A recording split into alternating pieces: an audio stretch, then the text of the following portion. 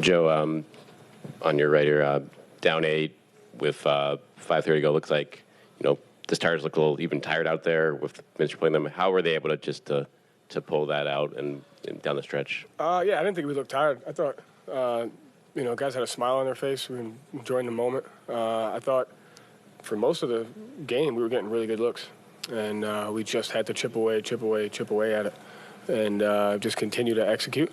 And we did a good job holding them to one shot, did a good job executing. So I thought the guys just did a great job kind of staying present, embracing the moment. Joe, obviously, none of these games are necessarily easy. A lot of them you were coming back in the final couple of minutes, like you just alluded to. How can that help you guys as you prepare for the finals to have gotten through the series the way you did and pulling a lot of these games out in the final moments? Yeah, I think the guys did a great job having an understanding that, like, a game is not supposed to go a certain type of way, and you got to find different ways to win. You got to learn to protect leads. You got to learn to come back from deficits. You have to learn to execute in close game situations. You have to communicate adjustments, and you just got to make plays. You got to be tough-minded. So as many different situations as we could put ourselves in heading into this last round, it's important. And, the guys have done a great job just winning games many different ways. And so got good practice executing, and I just got to continue it. You guys held them scoreless for the final 3:32. Jaylen had the huge block on Nembhard near the end. What did you see in terms of defensive execution and limiting them to one shot? Again, this team is very similar to you guys, where, like, they create a lot of noise, and you have to decipher what's true and, like, what shots you're going to willing to live with and which ones you're going to take away. And so, like, it was really hard throughout the game because I felt like we were making them take tough shots, and the guys just stuck with it and did a great job taking tendencies, did a good bet, just upped our ball pressure and our individual defense, and we got stops, held them to a 19-point quarter. Joe, what are those championship stations that Derek talked about, if you're willing to divulge? And is that something you started this year? Does that go back to when you first took over here? Just the details, things that you can't take for granted. Sometimes it's the smallest is getting the ball in bounds, but just try to pick little things that we see on a nightly basis that can impact winning and can affect losing. And we just practice them over and over again until they become second nature. They, like, positioned around different baskets from the gym type thing? Yep. Okay, thank you. Joe, Jaylen Brown, Series MVP. What did you think of him in the last minute with the block and steal, and then just for the entire series? Man, I thought he got good shots the whole game.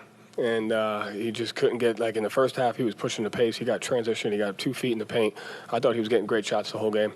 And I thought he just stayed with it, stayed poised. He's a guy, you can't shake him. He has great, just a short-term memory. If he misses a shot, never affects the next one. And so I just loved his poise, his ability to just attack. And, if it's one thing about him, and like Derek said, just making plays, like not being defined by scoring. And it was a hell of a pass. And, I had full faith he was going to make that read. It was a great read. Joe, touching on Jaylen again, after Game 2 we talked about not making the All-NBA and being underappreciated.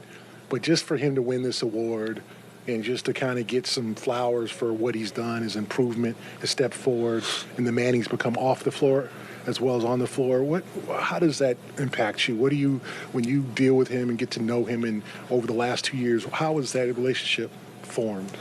Yeah, I think one of the best gifts, things I have is why I got into coaching is building relationships with guys. And, when I left college to go to the NBA, most people were like, hesitant about that because, NBA guys get a negative rap as to being able to build relationships with them. But I felt like there's a lot there. And just getting to know people and their families and what makes them tick and the things that they love off the court. And also, like, finding guys that are so passionate about just getting better as players and people. And Jaylen is one of those. And so, from the first day I've been here, he's become more just like open-minded towards just growing as a basketball player. See what he's done in the community, and I just really, really value the time that I get to spend with him on and off the court. And he just keeps getting better and better. I'm happy for him. Joe, can we talk about Derek White's resilience for a second? He was 1 for 8 from 3 before he hit that big one at the end. He just finds a way to get it done in the clutch. Yeah, he does, huh? But it's a credit to him. Like, he's another guy where, like, he just got short-term memory. The last shot doesn't bother him. He plays with a sense of joy, a sense of presence. And I thought he got some really good looks, too. And, I think that's like the fourth or fifth time I remember a game at Toronto where he hit a corner three to be in there, and like when he catches that, he has I have full faith that it's going in. So, but another guy where his lack of shot making didn't impact his defense or his execution at times, and all the guys have kind of done that this year. Joe, up 3-0, it felt inevitable, but to get that final buzzer, when you look out on the floor and you see somebody like Al Horford really show some emotion, right? Mm-hmm. Celebrating with his son, all of those moments out there. Where do you feel? I know there's 4 more wins, but what's your feeling there in that moment, seeing those guys celebrating? For me, it was finding my wife first. I wanted to make sure I had that moment with her. And kind of like Gary said, like you get to know these guys as people, and you start to see how much they really care about doing anything and everything what it takes to win. And you see how it impacts their families, their marriages, their wives, like all the traveling, everything we do. So just to see them be, vulnerable and open, and just that sense of joy, it's kind of why you do what you do. Joe, you talked earlier in the series about how Jaylen is out there with like half the coaching staff at the end of practices working on his reads. Yeah. You were one of those coaches working on that a few years ago, right? What have you seen in his his reaction time, his poise, how he's improved with that, and then just that play to Derek? It's like he almost fumbled it away and he still recovered. Like he's turned those over in the past. So just how is that kind of like a culmination of all the progress he's made as a player? Yeah, credit to him. He has a growth mindset, so he's never afraid to work on a weakness. He's never afraid to go after something that makes him uncomfortable.